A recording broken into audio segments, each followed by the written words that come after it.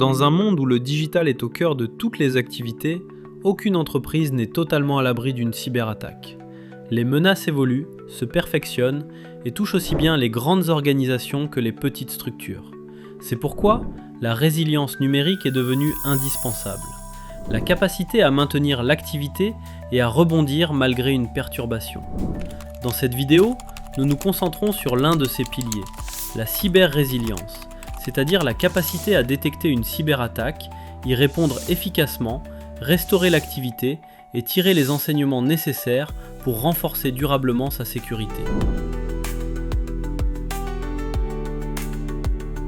Une cyberattaque laisse souvent des traces visibles. Dans une TPE, cela peut prendre plusieurs formes. Un fichier important devient soudain illisible après avoir ouvert une pièce jointe. Des icônes disparaissent du bureau. Un logiciel que personne n'a installé apparaît, ou votre boîte mail envoie des messages suspects à vos clients. Dans une PME, les signaux sont parfois plus techniques. L'EDR déclenche une série d'alertes. Un volume inhabituel de données sort du réseau. Un compte administrateur est utilisé à une heure anormale. Ou plusieurs postes affichent en même temps des comportements étranges. Face à ces signaux, la règle ne change pas. Garder son calme et agir vite. On isole immédiatement le poste concerné pour stopper la propagation. Et on note tout ce qui a été observé. Chaque fichier, chaque message, chaque anomalie peut aider à comprendre ce qui se passe. Une bonne coordination et une bonne communication permet de limiter les dégâts et d'accélérer la reprise. Prévenez immédiatement votre service informatique ou votre prestataire cybersécurité. Transmettez-lui toutes les informations collectées, capture d'écran, messages suspects, fichiers infectés, journaux d'activité. Contactez les autorités compétentes. Au Maroc, le centre Massert, relevant de la DGSSI via www.dgssi.gov.ma, peut vous assister dans la détection et la réponse aux attaques. Informez vos partenaires ou clients concernés si leurs données risquent d'être compromises. En cas de fuite de données personnelles, la CNDP doit être notifiée dans un délai de 72 heures, conformément à la réglementation en vigueur.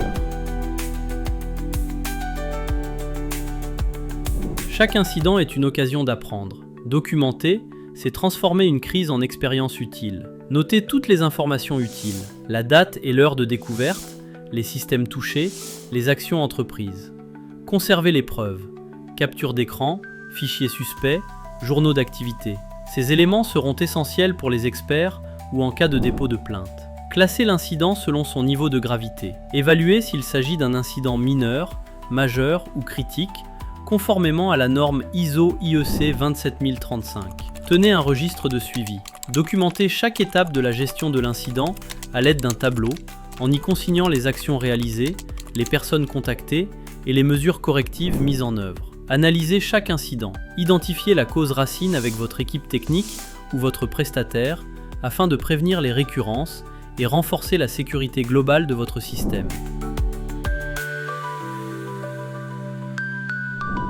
Une fois la situation sous contrôle, place à la remise en état. L'objectif est de repartir sur des bases saines tout en évitant toute rechute. Supprimer ou réinstaller les systèmes compromis pour éliminer toute trace d'infection. Restaurer les données à partir d'une sauvegarde saine, non connectée au moment de l'attaque. Changer tous les mots de passe, messagerie, serveur, Wi-Fi, compte cloud, etc.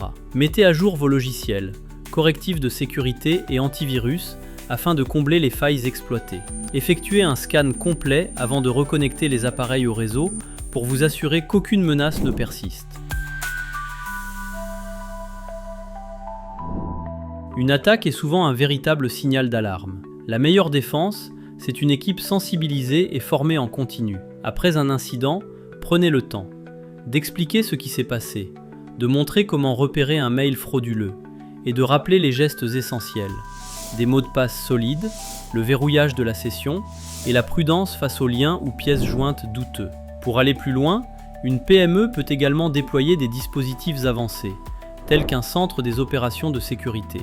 Ce centre opérationnel permet de surveiller en continu les menaces et attaques, déclencher une réponse rapide et ciblée, apporter des données fiables pour guider la décision en situation de crise, capitaliser sur chaque incident afin de renforcer durablement les défenses. Réagir vite, c'est protéger son entreprise. Mais apprendre de chaque incident, c'est construire la résilience. Les bons réflexes à retenir: isoler, alerter, documenter, restaurer, sensibiliser. Ces étapes simples, inspirées par les standards internationaux tels que l'ISO IEC 27035, gestion des incidents, l'ISO IEC 27001, système de management de la sécurité de l'information, référentiel de cybersécurité NIST, les bulletins de sécurité du MACERT, la directive nationale de la sécurité des systèmes d'information et les guides de bonnes pratiques et d'hygiène informatique publiés par la DGSSI vous permettront de développer une véritable culture de cyber-résilience dans votre entreprise. Pour plus d'informations, nous vous invitons à visiter la plateforme Mankaola Rakmia afin de découvrir les services proposés pour accompagner les TPME dans leur transformation digitale.